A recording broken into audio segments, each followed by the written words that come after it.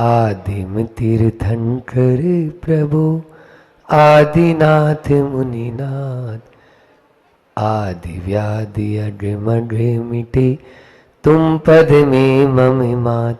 चरण शरण है आपके तारण तरण जिहाज, भवदधि तट तक ले चलो करुणा कर जिने राज।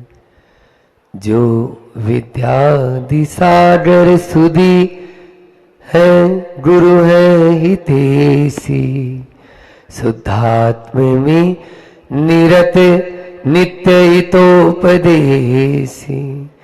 वे पाप ग्रीष्म ऋतु में जल है सयाने, पूजूं उन्हें सतत केवल ज्ञान पाने। वंधु उन्हें सतत केवल ज्ञान पाने। बोले 52 गजा के बड़े बाबा आदिनाथ भगवान की। आवाज में बहुत कमी है। बोले परम उपकारी संत शिरोमणि आचार्य गुरुवर विद्यासागर जी महामुनिराज की। परम पूज्य मुनि श्री 108 दुर्लभ सागर जी महाराज की। जय बोलो परम योगी महामनीश्वर पूज्य मुनि श्री वात्सल्य जल के अथाह सागर संधान सागर जी महाराज की। आज गुरु पूर्णिमा है और बार बार आप लोग कह रहे हैं कि आज के दिन मैं अधूरा था, मैं अधूरा था, गुरु ने मुझे पूर्ण कर दिया। गुरु पूर्णिमा को गुरु ने मुझे पूर्ण कर दिया। वर्षों से जो चाह थी उस चाह को आज मुझे राह पर लाकर एक तरह से छोड़ दिया कि ये रास्ता अब सीधा उधर जाता है। हाँ, इधर उधर नहीं देखना, लेकिन रास्ता तो सीधा है, लेकिन यहां वहां नहीं देखना। सीधा चलेंगे तो हम पहुंच जाएंगे।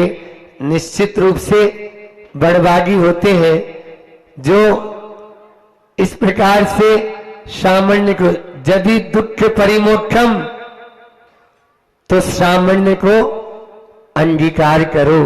प्रवचन सार में आचार्य कुंद कुंद ने कहा, अपनी दीक्षा दिवस को एक दिन मत मनाओ, प्रतिदिन मनाओ।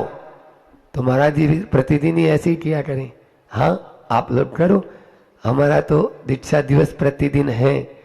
प्रतिदिन उस वैराग्य दिवस, उस दिवस को याद रखते हैं कि किस प्रकार से गुरु ने आज हमारे ऊपर संस्कार करके बहुत बड़ा उपकार किया। नहीं तो संसार में ही भटकते रहते। ऐसा था कि एक बार एक शेर का बच्चा बचपन से ही सियारों की टोली में भर्ती हो गया और वो सियारों की तरह ही सड़ा गला मांस खाता और हु की भाषा बोलना सीख गया, क्योंकि उन्हीं के बीच में रहता था। एक दिन उन सियारों की टोली के साथ वह शेर का जो बच्चा बड़ा हो गया था, कद्दावर शेर हो गया था, वह जब जंगल में घूम रहा था तो एक उससे भी बड़ा शेर आया। बूढ़ा शेर था, उसको देखकर सारे सियार भागने लगे। वो शेर का बच्चा भी भागने लगा। उस बूढ़े शेर ने, तुम रुको, तुम कहां जा रहे हो? तुम्हें तो मुझे चुनौती देना चाहिए था और तुम मुझे पीठ दिखा के भाग रहे हो, तुम शेर हो। बोले, कहा हुजूर माफ करो, मैं तो रोज इनके साथ रहता हूं, आज तक यही मैंने खाया पिया और यही मैं बोली बोल रहा हूं, इसलिए मैं शेर नहीं हूं। तो उसने बोला, चल मेरे साथ में नदी पर। नदी पर गए। बोल, तेरे चेहरे में और मेरे चेहरे में कोई फर्क नजर आ रहा है? तेरे चेहरे में और मेरे चेहरे में कोई फर्क नजर आ रहा है? नहीं आ रहा। एक जोर की दहाड़ लगाई उस बूढ़े शेर ने। इसके भीतर का भी शेर जागा और इसने भी जोरदार दहाड़ लगाई। सारे के सारे सियार कहां भाग गए और वो शेर अपने असली शेर को पहचान चुका था। अभी तक वो सियारों की जिंदगी में जी रहा था। हम भी कभी आपकी तरह ऐसे नीचे बैठकर प्रवचन सुनते थे। समझ में आ रहा है? हम सियार नहीं बोलेंगे आपको, लेकिन विद्यासागर जैसा शेर की दहाड़ सुनी तो हमारे भीतर का भी शेर जागा और हमने भी अब इससे अच्छा रास्ता और कुछ नहीं है, बस गुरु जी को समर्पित कर दो, अपनी नैया पार हो जाएगी। नहीं तो ब्याह करें, ये करें, वो करें, क्या करें, घर वाले लगे हुए थे, लेकिन कुछ नहीं करना है। जो करना है वो हमको ही करना है, आपको कुछ नहीं करना है। हमें करना है कि यहां से चलना है, यही सबसे बड़ी बात है। इसलिए गुरु पूर्णिमा यदि अपन मना रहे हैं तो अपन भी आगे बढ़ते चले जाए। पूज्य महाराज श्री जी को भी अपन को सुनना है, समय भी अपनी गति से बढ़ रहा है। 4 बातें याद रख ले, संक्षेप में बता देता हूं कि गुरु कौन होते हैं, गुरु क्या करते हैं, गुरु की आवश्यकता क्यों होती है और गुरु का उपकार कैसे चुकाया जाता है। ये 4 बातें हैं। गुरु कौन होते हैं, बहुत अच्छा आप लोग जानते हैं। गु का मतलब क्या होता है, अंधकार। 2 शब्द है ना दिनेश भैया, गु और रू। तो गु यानी अंधकार और रू यानी प्रकाश। बस जो आपको अंधकार से प्रकाश की ओर ले जाए उन्हीं का नाम है गुरु। गुरु किसी विशेष, ये गुरु बहुत व्यापक शब्द है। जैनेतर पुराणों में आता है कि इनको ब्रह्मा विष्णु में सबको गुरु क्या है वहां पे, गुरुर ब्रह्मा गुरुर विष्णु गुरुर देवो महेश्वर गुरुर साक्षात परम ब्रह्म तस्मै श्री गुरुवे नमः। ये अन्यत्र भी सब जगह। तो गुरु कौन, गुरु हमारे यहां सबको नहीं बताया गया, जो हमें हित के मार्ग पर लगा दे और स्वयं जो उस मार्ग पर बढ़ रहे हैं, ऐसे वीतरागी ही गुरु हो सकते हैं। विषयातीतो, हाँ, विषयासातीतो रसातीतो निरारंभो परिग्रह ज्ञान ध्यान तपो रक्तस तपस्वी से प्रशस्ते। आचार्य समंत भद्र स्वामी रत्नगंज श्रावकाचार्य में आपको थर्मामीटर दे दिए, हर किसी को नहीं, हर चाहो जिसको आप बोलना शुरू कर दे या जय जयकार शुरू कर दे, ये थर्मामीटर है। तो गुरु हमारे हमेशा वीतरागी होते हैं, उनको आदर्श मानो, उन्हीं को अपन अपना, जिसको बोलते हैं ना आइडल पर्सन, है ना, वो मान सकते हैं। गुरु क्या करते हैं, तो कुमार क्या करता है, कुमार कुछ नहीं, गुरु कुमार शिष्य कुंभ है और घट घट काढ़े खोट और बाहर हाथ पसार, भीतर हाथ पसार के और बाहर मारत चोट। गुरु यदि चोट भी मारते हुए नजर आ रहे हैं तो वो गुरु का खोट निकालने के लिए चोट मार रहे हैं। उस शिल्पी की तरह जो प्रतिमा सुंदर तब बनती है जब वो उस पर छेनी हथौड़ी से प्रहार करते हैं, सबसे पहले गुरु ही उसको प्रणाम करते हैं। अभी आपने देखा बहुत हमारे से दीक्षा में बड़े ज्येष्ठ हैं, हमारी दीक्षा 2015 में, महाराज जी 2004 में, 10 साल बड़े हैं, लेकिन फिर भी हम देख रहे थे, हम उनकी भक्ति कर रहे थे, वो पिच्ची को नीचे ही नहीं रख रहे हैं, पिच्ची उठाकर प्रणाम ही बस पिच्ची उठाए हुए हैं। ऐसी सरलता, ऐसी सहजता होती है बंधुओं, तब जाकर वहां उच्च स्थान पर पहुंचा जाता है। और तभी आचार्य श्री जी ने नाम ही दुर्लभ ऐसे ही नहीं रख दिया, ऐसे ही नहीं रख दिया। निश्चित रूप से हर कोई गुरु नहीं हो सकता है और गुरु ऐसा ही काम करते हैं। मैं तो महाराज जी से भी, गुरु क्या करते हैं, तो शिष्य अपराध करता है और गुरु क्षमा करते हैं। मैं तो ये भी बोल दूंगा, तो इसलिए मेरे से होता रहता है, उसको आप क्षमा करेंगे। गुरु की आवश्यकता क्यों, देखो किसी रास्ते पर अनजान रास्ता हो चलेंगे, हम भटक जाएंगे और वहां पर जंगली जानवर होंगे, उस जंगल में खा जाएंगे, पी जाएंगे, मर जाएंगे।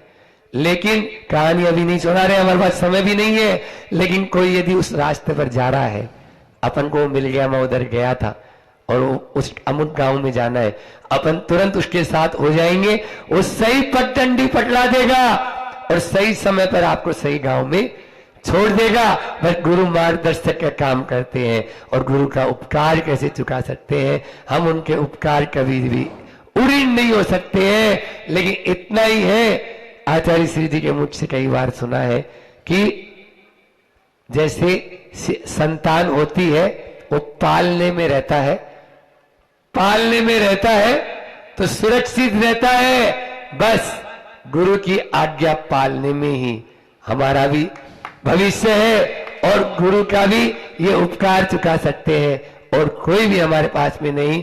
निश्चित रूप से ये 4 पंक्तियां पढ़कर आज अपन इतना ही बोलेंगे, फिर दोपहर में और अभी अपन सुनेंगे महाराज जी को भी, हम भी आप लोग। संसार में गुरु कृपा सबसे निराली, होली यही यही है दिवाली, जो शिष्य है वो सदा ऋणी रहेगा, कोई कभी भी उपकार चुका न सकेगा, कोई कभी भी उपकार चुका न सकेगा। बोलिए आचार्य गुरु और विद्यासागर जी महामुनि राज की। सभी लोग हाथ जोड़ लेंगे। पंच परमेष्टि का स्मरण। नमो अर्हन्ताणं, नमो सिद्धाणं, नमो आर्याणं,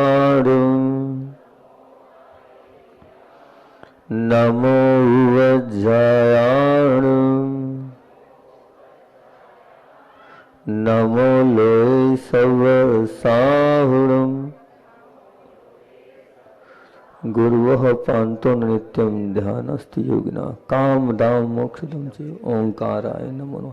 बोलिए देवादिदेव 1008 मूलनायक श्री आदिनाथ भगवान की, परोपकारी आचार्य भगवंत विद्यासागर जी महामुनि राज की, परम पूज्य संधान सागर जी महाराज की, परम पूज्य मुनि श्री 108 दुर्लभ सागर जी महाराज की। दीक्षा आत्मा से परमात्मा बनाने का सोपान है। दीक्षा राग से वैराग्य की ओर ले जाने का परिणाम है। संसार से उदासीनता का नाम दीक्षा है। इच्छाओं का निरोध करने का नाम दीक्षा है। पर से सो में आने का नाम दीक्षा है। और सच पूछो तो गुरु के प्रति समर्पण का नाम दीक्षा है।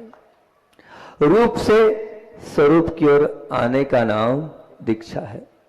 दीनता का क्षय कराती है, उसका नाम दीक्षा है। वीरता जगाती है, उसका नाम दीक्षा है। भिक्षा का संकल्प कराती है, उसका नाम दीक्षा है। समता को साधती है और मोक्ष तक पहुंचाती है, उसका नाम दीक्षा है। पूरे संसार को अपना बनाने का नाम दीक्षा है, क्योंकि कोई एक से नहीं साधु बनता, पूरा संसार उसका हो जाते। तब त्याग तपस्या की त्रिवेणी का नाम दीक्षा है।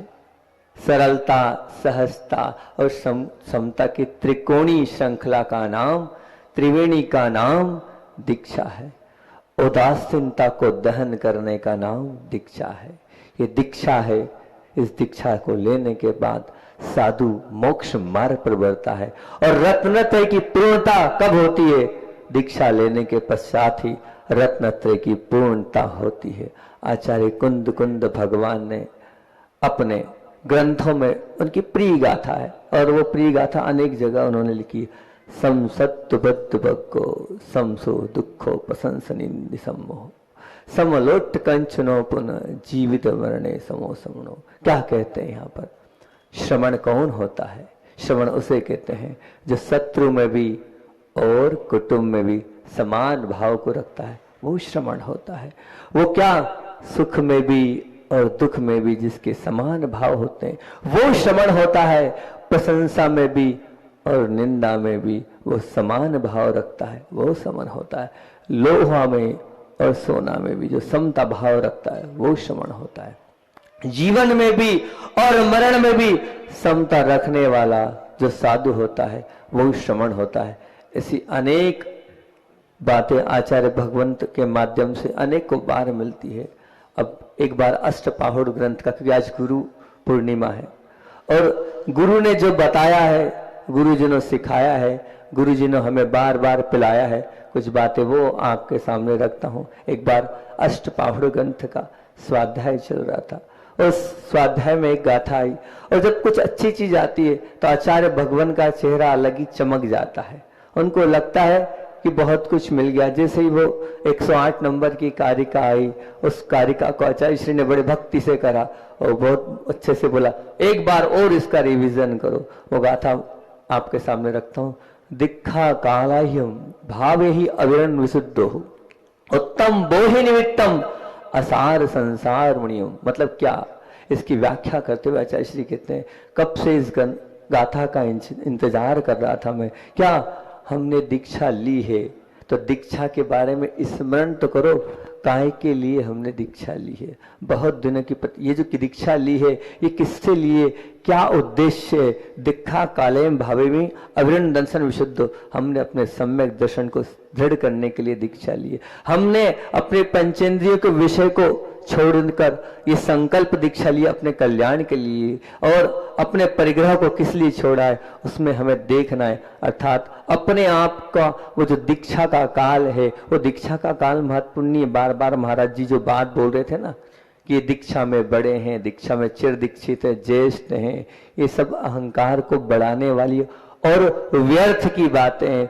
मुनि तो सब समान होते हैं, कोई बड़ा कोई छोटा नहीं होता है। मुनि तो मुनि होता है, मुनि तो बालक वत होता है। इसलिए कोई बड़े की कोई बात नहीं, कोई ज्येष्ठ की कोई बात नहीं। ये तो एक परंपरा है जो चल रही है, लेकिन ऐसा कुछ भी नहीं है। बल्कि दीक्षा से लेने के बाद तो क्या करना है हमें, आत्मशोधन ही दीक्षा की उपलब्धि। उसे जिसने निरंतर बनाया उसे ही सच्चा पुरुषार्थ कहेंगे, वही सच्ची साधना है, वही सब कुछ है। एक बार की बात है, आचार्य भगवान इरियापत के बाद की बात है, और जब हम लोग इरियापत के बाद आचार्य जी बहुत प्रसन्न रहते हैं, तो प्रसन्न मुद्रा में आचार्य भगवान के पास बैठे थे। उसी समय 23 मुनि राजों की दीक्षा थी, मतलब दीक्षा दिवस था। जैसे आज का प्रकरण है ऐसी दीक्षा दिवस का प्रकरण था।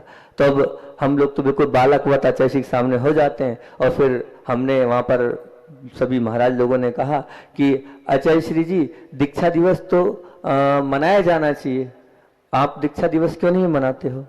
तो आचार्य श्री ने कहा, किसने कहा दीक्षा दिवस नहीं मनाते, अब बंद हो गया है, हमने तो बहुत दीक्षा दिवस मनाया है, और दीक्षा दिवस तो मनाना चाहिए।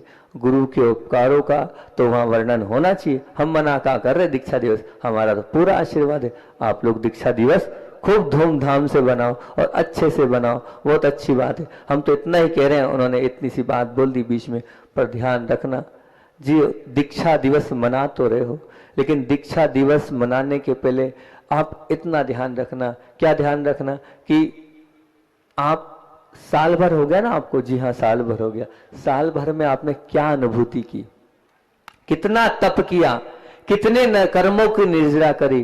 थोड़ा दीक्षा दिवस में इसका भी विचार कर लेना, इस पे भी सोच लेना, तब कहीं जाके आपके दीक्षा दिवस मनाने का सार्थकता होगी, अन्यथा कोई सार्थकता नहीं। हमेशा बोलते, कुंडलपुर में भी जब आर्य का दीक्षा हुई तब भी मैं वहां सामने ही खड़ा था, बड़े बाबा को शासन दिया था। तब उन्होंने जब आर्यिकाओं ने बोला था दीक्षा दिवस, तो आचार्य ने उस समय भी यही बोला था। क्या बोला था उन्होंने? कहा 19 वर्ष का आपका इतना बड़ा कालखंड बीत गया है, और दीक्षा के बाद शिक्षा, और शिक्षा क्या यानी आत्म पोषण का काल, अर्थात आत्मा में क्या कमी थी, कितनी कमी निकल गई, इस पे कभी विचार किया कि नहीं। आचार्य ने उन आर्यिकाओं को संबोधन देते हुए कहा, जैसे एक बच्चे का उदाहरण देते हुए कहा कि बच्चा स्कूल जाता है, पिताजी की दुकान पर बैठने को कहते हैं, तो बच्चा क्या कहता है, नहीं अभी मेरा अध्ययन का काल है। इसलिए हम भी कह रहे हैं, आपको हमने मोक्ष मार्ग की क्लास में बिठाया है, आपका ध्यान इधर उधर नहीं जाना चाहिए,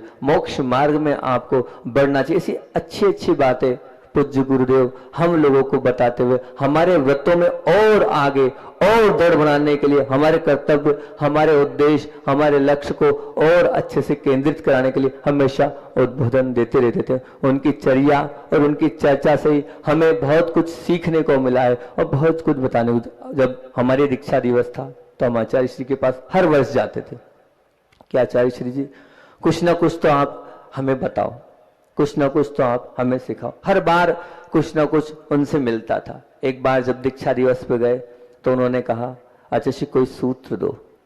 तो आचार्य श्री ने सूत्र दिया कि 5 व्रतों की जो मालाएं हैं, उन 5 व्रतों की जो 5 व्रत आपने तत्वार सूत्र में 5 व्रतों की माला है ना, अगर तत्वार सूत्र किसी ने पढ़ा होगा तो 5 जो व्रत हैं उनकी भावनाओं रूप में 5 मालाएं। बोले जितना चिंतन कर सकते हो, जितनी इसकी माला फेर सकते हो फेरो, इससे तुम्हारे व्रत बहुत निर्विघ्न संपन्न होंगे, बिना बाधा के संपन्न होंगे। ये उद्बोधन दिया। एक बार दीक्षा दिवस पे आचार्य श्री ने साईवान का उदाहरण दिया था। साईवान से तात्पर्य ये है कि जैसे घोड़ा चलता है तो घोड़े के आगे जो घोड़ा तभी चलता है जब घोड़े के आगे क्या लगते हैं, घोड़े के आगे आप देखना एक पट्टा टाइप से रहता है, तब वो चल पाता है। बोले बस साधु को भी इसी प्रकार से चलना है। अगर इस प्रकार से साधु साईवान होकर चलेगा तो बहुत अच्छी बात है, क्योंकि साईवान रहेगा तभी वो आगे बढ़ सकता है। एक बार उन्होंने कहा था कि विनय ही मोक्ष का द्वार है। जैसे आप यहाँ थर्ड बटन कराते ना, थर्ड बटन सी, ऐसे ही हमेशा अपने आप को, अपने नजरों को नीचे रखकर विनय को ही रखोगे तो बहुत अच्छी बात है। एक बार के दीक्षा दिवस पे उन्होंने हमसे बोला था कि ध्यान रखना, क्या ध्यान रखना, एक ही सूत्र में पूरा सार दे दिया उन्होंने।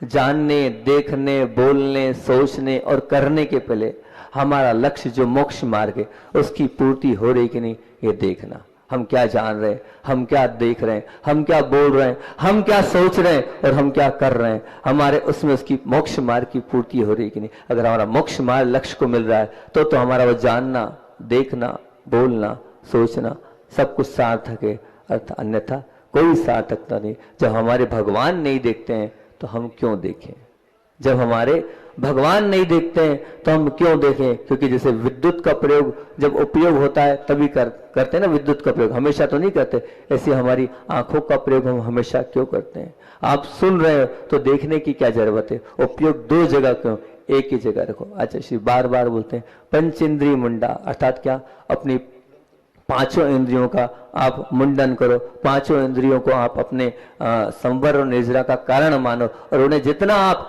बचा के रखोगे उतने आपके कर्मों की निर्जरा होगी। इसलिए पंचेंद्रिय मुंडन करना सीखो, प्रयोग करो और प्रायोगिक बनो। ऐसे अनेकों आचार्य भगवान के संस्मरण है, अनेकों आचार्य भगवान की बात है।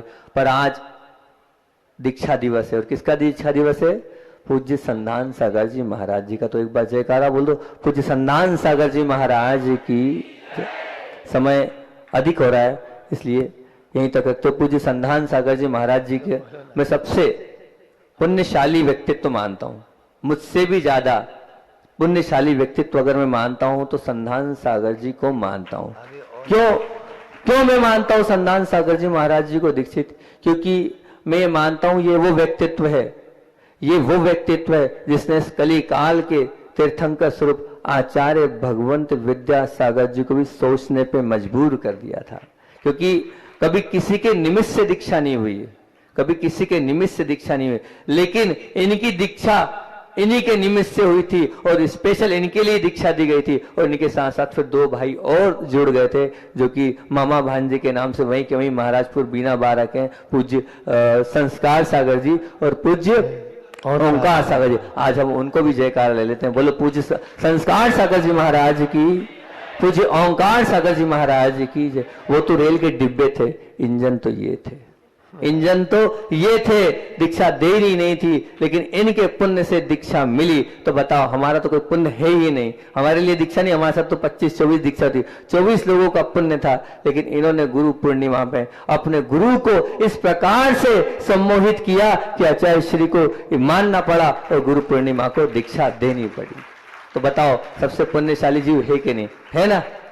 तो ऐसे पुण्यशाली जीव है जिनके साथ हमको रहने को मिल रहा है, ये हमारा पुण्य है कि इनके साथ हम रह रहे हैं, वात्सल्य स्नेह के साथ इनके साथ रह रहे हैं। और आपको इनके लिए बता दूं, आप लेते कुछ भी नहीं है, आप लेते कुछ भी नहीं है, लेकिन आपको बहुत कुछ देते हैं। समाज को इतना देते हैं शायद ही कोई साधु जितना ये देते हैं उतना कोई साधु दे पाएगा। जितनी मेहनत ये करते हैं शायद ही कोई साधु कर पाएगा। कुछ लेते हैं और बहुत कुछ देते हैं। क्योंकि आप देख लो, वृत्ति परिसंख्यान तक, कभी रस त्याग, तो कभी 2 अन्य, तो कभी ऐसे अनेक तप करते रहते हैं और उन सब तप में ये अग्रणी है। यहाँ भी संघ में भी रहकर तप को करते रहते थे। और तो और आपको मैं आपके लिए बताऊं कि अभी देखा आपने, मैं तो अभी पूरा वंदना इनके साथ करा हूं, तो नैनागिरी है, द्रोणगिरी है, अन्य जगह भी है। आप एक वंदना में भी सोचोगे, समझोगे। और महाराज ने नैनागिरी में भी, द्रोणगिरी में भी और भी अन्य जगह भी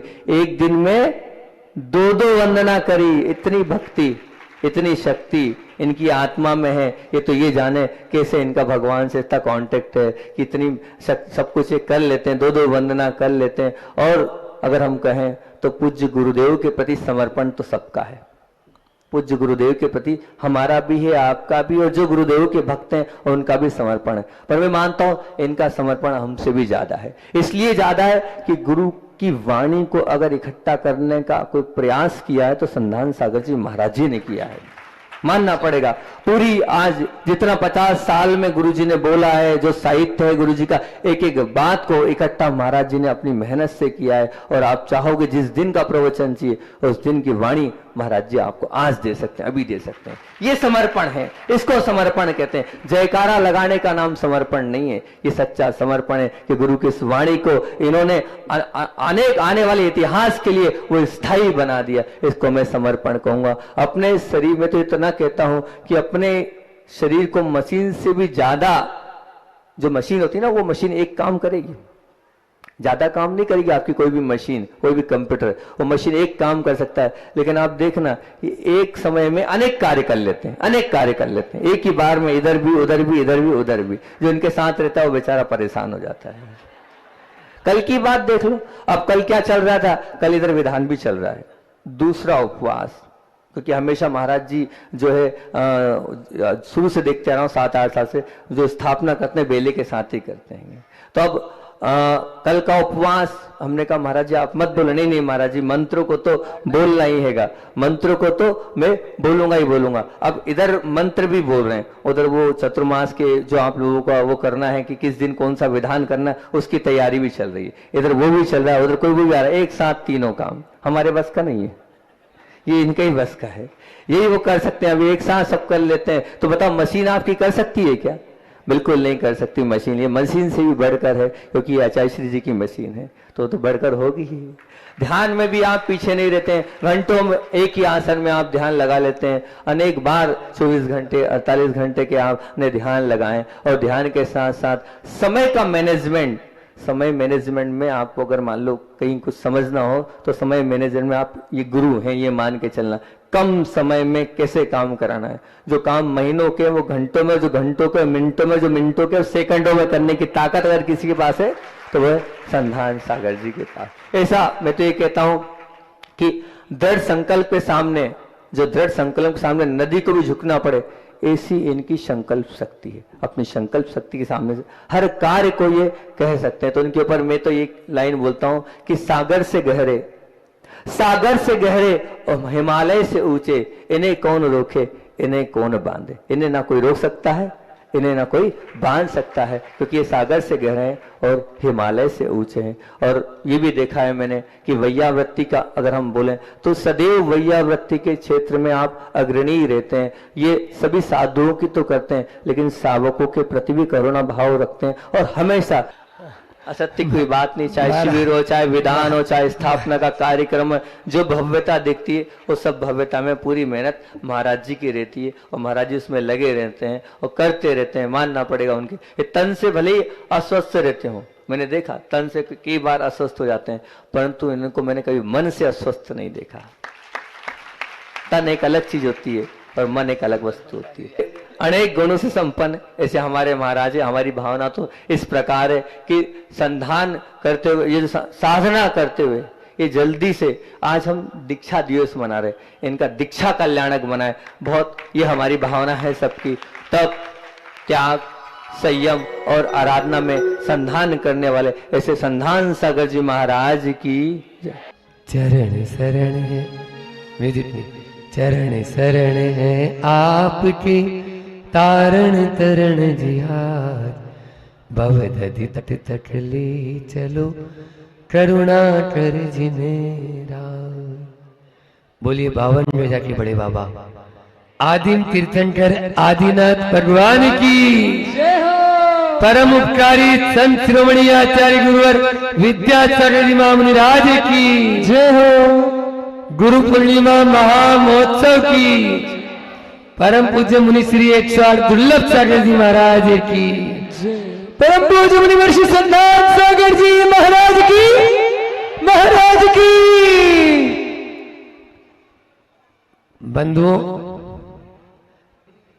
गुरु को शिष्य मिले और शिष्य को गुरु मिले, इसीलिए तो नाम ही पड़ गया गुरु पूर्णिमा। उस पूर्णिमा का नाम ही अक्षय हो गया वह गुरु पूर्णिमा। जब भगवान महावीर स्वामी को केवल ज्ञान की प्राप्ति हो गई और 66 दिन तक मौन रहे। कल वीर शासन जयंती आने वाली है ना? आप लोग कौन के शासन में जी रहे हो अभी? बोलो अध्यक्ष जी। मोदी जी के शासन में, मोदी जी के शासन में जी रहे। वीर शासन जयंती है कल। तो वीर शासन जयंती का मतलब ही है जिस दिन भगवान महावीर स्वामी 66 दिन के बाद में बोले थे, तब तक क्यों नहीं बोले? कहा गया वो सोदर में इंद्र जिसने 500 कल्याणक बनाए? बोलो, क्या उसके अवधि ज्ञान में नहीं आया? लेकिन संयम का लेस मात्र भी ले नहीं सकता। वो तो गौतम नाम ही उसका है, इंद्रभूति गौतम नंदर। इंद्रभूति गौतम अपने 1000 शिष्यों के साथ में गए आचार्य भगवान के समो शरण में, और मान स्तंभ को देख के सारा मान तिरोहित हो गया। कथा आपको सबको मालूम है। फिर आया वायुभूति अपने 500 शिष्यों के साथ में, अग्निभूति तीसरा भाई 250 शिष्यों के साथ में। इस प्रकार से सबके सब वह दीक्षित होके हुए चले गए। और तब जाकर तो मैं कह रहा था कि भगवान 66 दिन तक मौन रहे और नहीं बोले, क्योंकि उनको कोई ऐसा पात्र ही नहीं मिला। तो अभी यहाँ पर पिछले 8 दिनों में अष्टानी का पर्व में आप लोगों को आनंद आया कि नहीं आया? सब बैठे हुए इतने सारे नहीं आया? तो ये तो अभी ट्रेलर था, फिल्म तो अभी आप ही लोग बोलते हो। ये तो अभी हमारे पूछे महाराज श्री जी बोल रहे थे चलते ही अपन, क्योंकि 2-3 अष्टानिका हम लोग कर चुके थे, 2 अष्टानिका, ये तीसरी अष्टानिका थी। तो भैया छोड़े क्यों, बीच में गैप क्यों दे? तो हम लोगों का थोड़ा ज्यादा चलना भी हुआ। आप लोग भी जान सकते हो 23 दिन में 23वें पारसनाथ के चरणों से बाजना से यहाँ पर 650 किलोमीटर चलकर आना, ये कोई काम जो है, लेकिन गुरु के आशीर्वाद और प्रभु की शक्ति, चुंबकीय शक्ति, बड़े बाबा में ऐसी शक्ति कि वो कहां से यानी जो कैसे शक्ति दे देते थे। जब जितना चलने की सोचते थे उतना अपना आप ही चल जाते थे। निश्चित रूप से हम लोगों का यह है बड़भाग्य ही समझेंगे कि यहाँ 52 गजा का गुरु जी से आशीर्वाद जैसे प्राप्त हुआ, बस तुरंत उधर से पंच कल्याण के बाद में बिहार हुआ। समय बहुत कम था, लेकिन फिर भी हम लोगों की भावना भी साकार हो गई और निमाड़ वालों का पुण्य भी जागृत हो गया। इस प्रकार से यह है यहाँ पर चातुर्मास है। तो आज यह है चातुर्मास स्थापना जो आचार्य शांति सागर जी महाराज जी, आचार्य वीर सागर जी महाराज जी, उनके शिष्य आचार्य शिव सागर जी महाराज जी, उनके शिष्य आचार्य ज्ञान सागर जी महाराज जी, और उनके शिष्य आचार्य विद्या सागर जी महाराज जी, उन सबको यहीं से परोक्ष हम दोनों नमोस्तु करते हुए इस चातुर्मास को यहाँ पर संपन्न करेंगे। और कोई भी आपत्ति विपत्ति आए तो 21 किलोमीटर के रेंज में हम लोग आना जाना अपना रख सकते हैं। कोई भी आपदा विपदा जैसे आएगी नहीं, क्षेत्र में बाबा के चरणों में बैठे हैं तो कोई दिक्कत नहीं।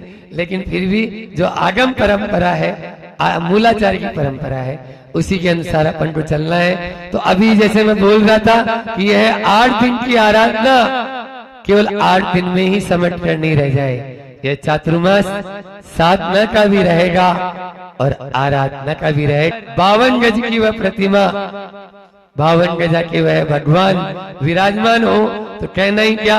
ऐसा यह साधना और प्रभु की आराधना का चातुर्मास हम सब करेंगे। गुरु चरणों में इन 2 पंक्तियों के माध्यम से। तरणी विद्यासागर गुरु तारो हमें ऋषि, करुणा करो कर से दो आशीष। यही प्रार्थना आपसे अनुनय से कर जोड़, पल पल पग पग बढ़े चलूं मोक्ष महल की ओर, गुरु चरण की ओर। बोलिए संत श्रोमणी आचार्य गुरु और विद्यासागर जी महामुनि राज।